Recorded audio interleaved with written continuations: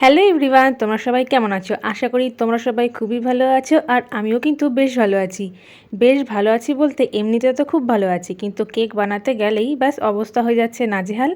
এর জন্য একমাত্র দায়ী কিন্তু সূর্যমামা। শিলিগুড়িতে প্রায় 4 থেকে 5 দিন ধরে এত পরিমাণে গরম পড়েছে যে কেক বানাতে গেলে প্রায় নাজেহাল হয়ে যাচ্ছি।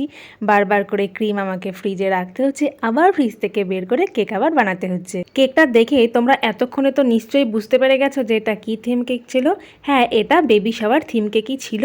আর যেই দিদিভাই কেকটা নিয়েছে সে আমাকে এই কেকের ফটোটা আগে দিয়েছিল, বলেছিল আমি যাতে সেম কেকটা বানিয়ে দিই। কেকটার ইনসাইডে ছিল বাটারস্কচ ফ্লেভার, আর যেহেতু এটা বেবি শাওয়ার থিম কেক ছিল তাই আমি কেকের উপরে একটা লিটিল গার্ল আর লিটিল বয়ের একটা স্টিকার বসিয়ে দিলাম। আর কেকের মধ্যে লিখেও দিয়েছিলাম বয় অ্যান্ড গার্ল। তারপর গোল্ডেন একটু কালার করে দিলাম, ফন্ডেন্ট দিয়ে পিঙ্ক আর ব্লু কিছু হার্ট আর কিছু বল বানিয়েছিলাম, সেগুলো আমি অ্যাড করে দিলাম। আর কেকটা তোমাদের কেমন লাগলো জানিও কিন্তু।